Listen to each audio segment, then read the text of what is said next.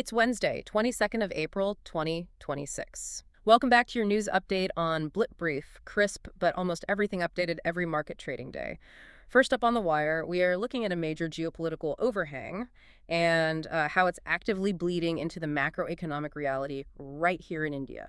Right. So the primary catalyst driving the physical markets today is that U.S. President Donald Trump has indefinitely extended the U.S.-Iran ceasefire. Which is a massive development. It is. And the sources note this extension was explicitly requested by Pakistan, acting as the mediator in Islamabad, just to keep that diplomatic window open. But the catch, and this is a critical caveat for the global supply chains, is that the U.S. military blockade of Iranian ports has not been lifted.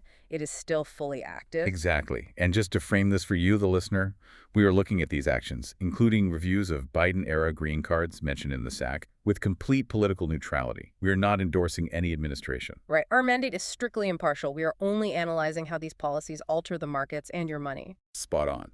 So if we look at the data, this situation feels highly contradictory on paper. Yeah, let's unpack this, because if a ceasefire is technically holding, why are the economic forecasts in our sources still so incredibly cautious? Well, the UN just released a report projecting India's GDP growth to slow down to a 6.4% rate for the FY27. Which is a noticeable dip, though they expect it to bounce back to a 6.6% growth rate in FY28. Yeah, but at the same time, wholesale price index inflation, which tracks the prices companies pay before goods hit the consumer, has crept up to a 3-year high. It spiked by 3.88% in March. So wait, why is inflation spiking by almost 4% if the conflict is supposedly paused? What's fascinating here is the oil factor. Moody's issued a rather stark warning that sustained high energy prices are actively straining India's trade balance. Because a diplomatic ceasefire doesn't just instantly normalize global commerce. Precisely. The Strait of Hormuz is a geographic choke point. Because the military blockade is ongoing, that maritime corridor remains completely paralyzed. So the cargo ships literally cannot get through, regardless of what the diplomats are saying at the table. Exactly. And while India continues to buy Russian oil, the broader volatility in West Asia keeps the baseline for shipping artificially high. Maritime insurance underwriters are jacking up premiums by massive percentages. Right, and vessels are being forced to reroute all the way around the Cape of Good Hope. Which adds weeks to the journey and burns vast amounts of extra bunker fuel. And that underlying energy cost is baked into the manufacturing and transport of, well, literally every physical good in the economy. Which actually brings us out of the maritime shipping lanes and directly to your local grocery store. It's like, think of the global supply chain like the cardiovascular system. I like that analogy. Right. When you introduce a constriction in a primary artery, the pressure builds, and eventually the extremities are starved of oxygen.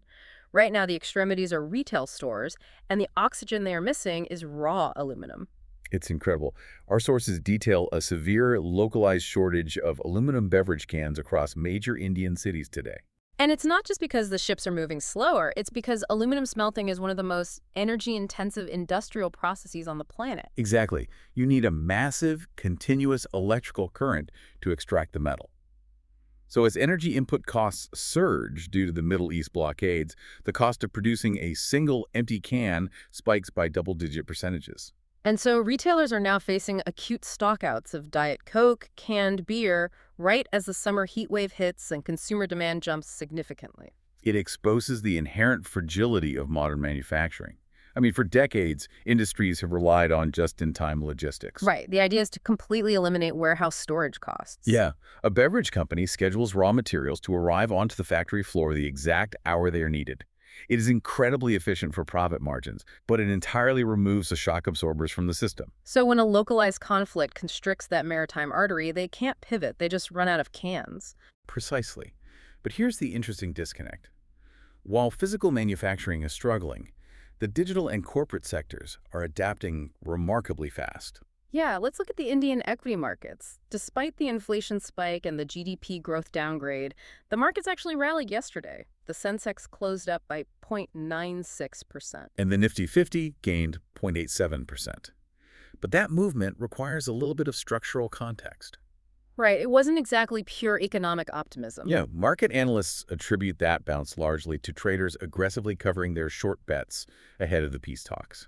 For anyone unfamiliar with the trading floor, placing a short bet means you're borrowing shares and selling them, betting the price will drop by a certain percentage so you can buy them back cheaper. Right. But when the market shifts unexpectedly, like the ceasefire extension holding the line, those traders have to scramble. They rapidly buy shares to close out positions and limit their losses. And that sudden influx of buying pressure is what artificially drove those indices up by nearly a full percent. Exactly. But if we look under the hood at the Q4 earnings reports from the Indian IT sector, the structural transformation is far more significant. We're seeing a distinct bifurcation. The split in the data is wild. On one end, mid-cap companies are thriving. Persistent Systems reported a massive 34% jump in their Q4 net profit. Yeah, that is a huge leap. But then you look at the legacy IT giants. HCL Tech delivered earnings that genuinely rattled the market. Their Q4 profit grew by a very modest 4.2%, but their forward-looking guidance was the real shocker.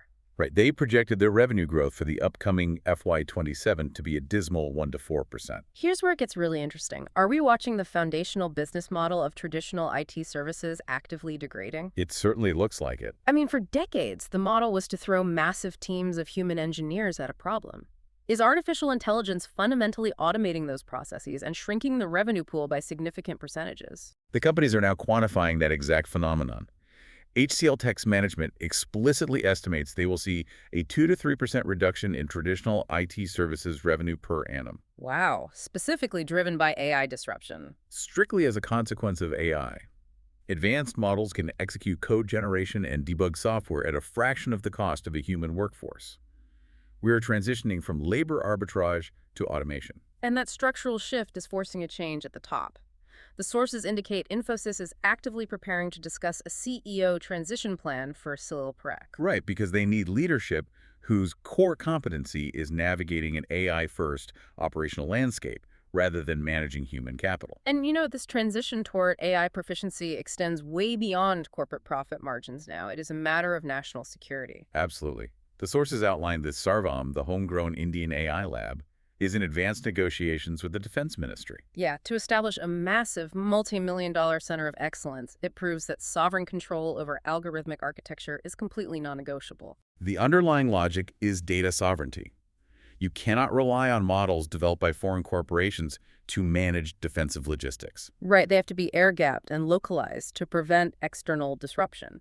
Which transitions us perfectly to the global tech ecosystem, because the architects of this disruption are making incredibly aggressive moves. Yeah, Apple just announced John Ternus will step in as the new CEO. It is a highly strategic pivot, placing a hardware executive at the helm right as the industry tries to physically build devices capable of localized AI processing. And meanwhile, the capital being deployed on the software side is staggering. SpaceX is reportedly finalizing an option to acquire the AI code generation startup Cursor. And they are paying an astronomical premium for it. It's a massive percentage of capital just to integrate Cursor's capabilities directly into Elon Musk's xAI division. It really shows their hand. Cursor analyzes entire software code base simultaneously and generates functional code to execute it. SpaceX is deploying billions to essentially automate software engineering. It's a winner-take-all scenario for artificial general intelligence.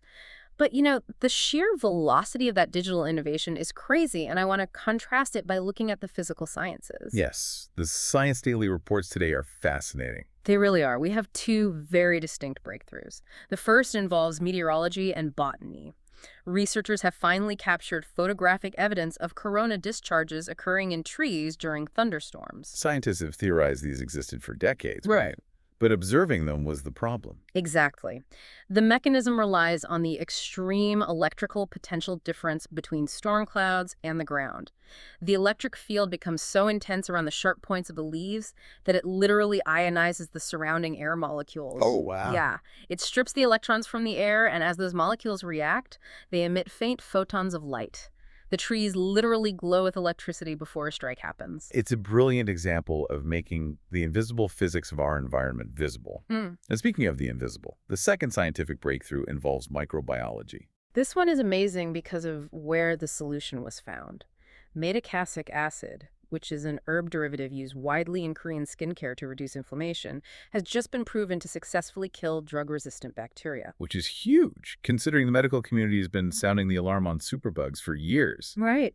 Traditional antibiotics usually interfere with how bacteria reproduce, but bacteria mutate and build biological defenses, which renders the drugs useless over time. But beta-cassic acid operates differently, doesn't it? It does. It physically disrupts the bacterial biofilm, the protective outer shield, the bacteria construct. By breaking down the wall rather than attacking the internal machinery, it bypasses the resistance completely. So we are literally finding mechanical solutions to the global superbug crisis in dermatological serums. Exactly. And just to tie the scientific methodologies together, the sources also detail a new camera technique called femtophotography, capable of capturing events in a trillionth of a second. Sweeping ultra-short pulses of light to literally watch photons moving through space. Right. So what does this all mean? How do we synthesize a reality where we can watch light travel, deploy astronomical capital to automate software, and cure superbugs with skincare? Yet we can't source the raw materials for a Diet Coke can. If we connect this to the bigger picture, it exposes the fundamental duality of the 21st century. The digital and theoretical realms operate almost without friction. Yeah, a breakthrough in a lab can be shared globally in seconds without clearing a customs checkpoint. Exactly. Software updates scale infinitely.